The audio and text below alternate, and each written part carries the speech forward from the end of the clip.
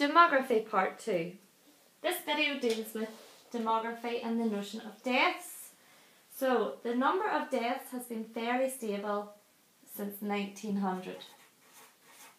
About 600,000 per year. But there have been fluctuations, e.g. in the Two World War and in the 1918 flu epidemic, where obviously the death rate went up because more people were dying. The death rate, so that's the number of deaths. Now we're going to talk about the death rate, which is the number of deaths per 1,000 of the population per year. It has almost halved from 1900 to 10 by 2007. So why has this death rate declined so greatly?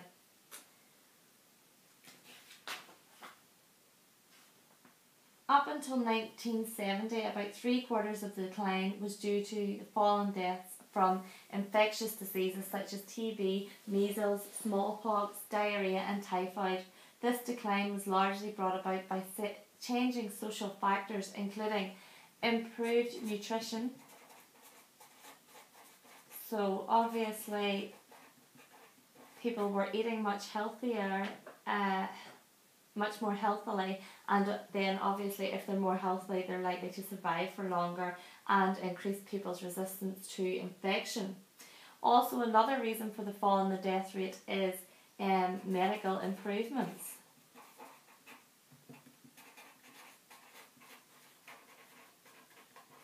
Before the 1950s, medical improvements played almost no part in reducing deaths from infection.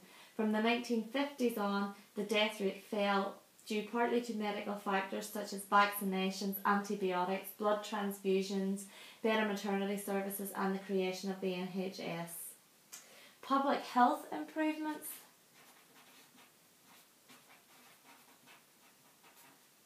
More effective governments with the power to pass and enforce laws lead to improved public health, e.g. there's better housing out there, there's purer drinking water, there's cleaner air, there's laws against, what we put into our food, there's better sewage disposal. So the fact that everything is much more hygienic and regulated means that actually the health of the public has improved due to government policies. Other social changes have reduced the death rate, including, there's less manual accidents, manual labour, accidents. That's like dangerous jobs. There's less dangerous jobs out there, like mining. And also smaller families means there's less chance of infection spreading because there's less people living under one roof. And higher incomes mean that people can spend money to, get by Calpol for their children, things like that would help fight infections from an early on. Let's talk about life expectancy. Life expectancy deals with the notion of how long an average person will live.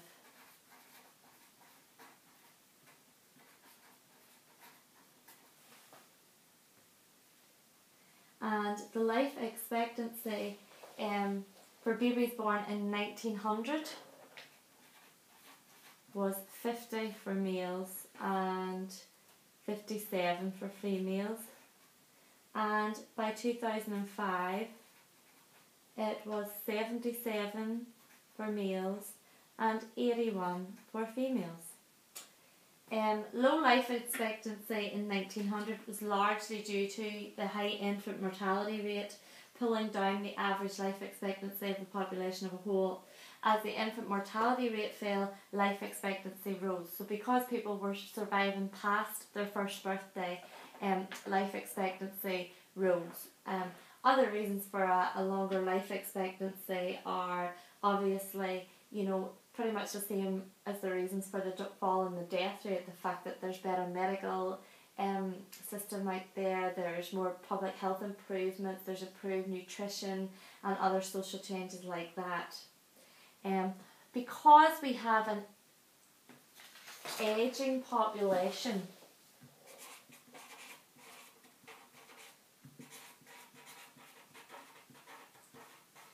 the government are quite concerned. In 1971, the average age of a person was 34 years old. Okay, it's now nearly 40. By 2031, it will increase again, and the number of over 65s will overtake the number of under 16s. Okay, why is that significant?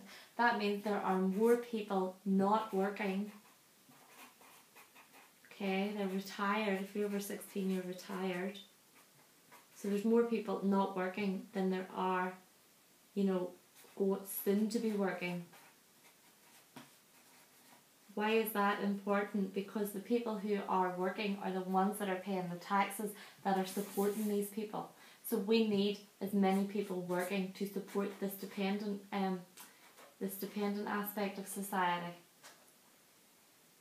An ageing population has several social and economic effects. Public services. Older people use more public services. There's more one-person households because widows outlive husbands usually and are left behind, so there's more one-person household.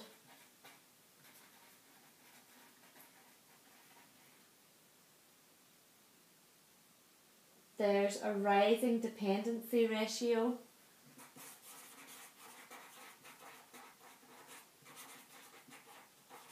Is increasing. The non-working need to be provided for by those of a working age through taxes.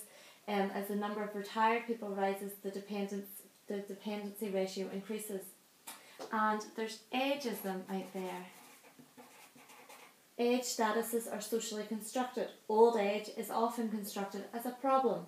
Negative stereotyping often portrays the old as incompetent and a burden.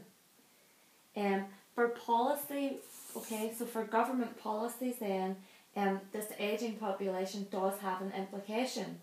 Hirsch argues that we will need new policies to finance a longer old age. This could be done by paying more taxes or by raising the retirement age.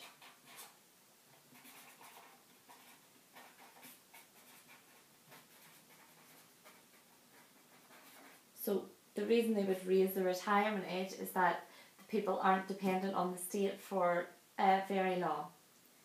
And the last aspect we're going to look at then is migration and immigration. Remember, migration increases the population and immigration decreases it. Migration is the movement of people within a society. It can be internal. Okay, so that's from place to place within a country. Or international. And that's between countries. From 1900 to the 1940s, the largest immigrant groups in the UK were the Irish, the European, and people from Canada and America. Very few immigrants were non-white. White and non-immigrants, so that's people moving into the country.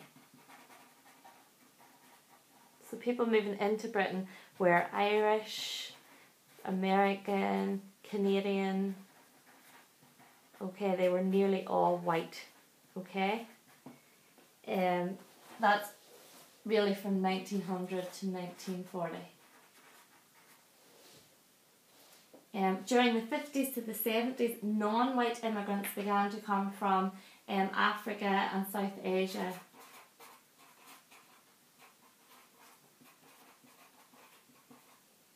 By 2001, Minority ethnic groups accounted for 7.9% of the population.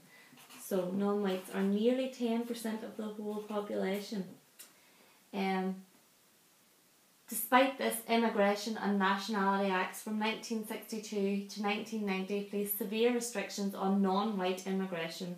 By the 1980s, non-whites accounted for barely a quarter of immigrants. The mainly white countries of the EU became the chief source of immigrants. So that's just saying basically that most immigrants that come into Britain nowadays are from Eastern European countries like Slovakia, Poland, places like that, okay? Immigration is people who are leaving a country, okay? They're going to move into another country. And this is due to push or pull factors. A reason that people would leave their home, they're known as the push factors. Okay, and push factors include unemployment or recession. So lots of young people at the minute are going to Australia because there's literally no work here. Okay, pull factors are the factors that would try to appeal to people to come to a country, and they include higher wages, opportunities, or a better standard of living.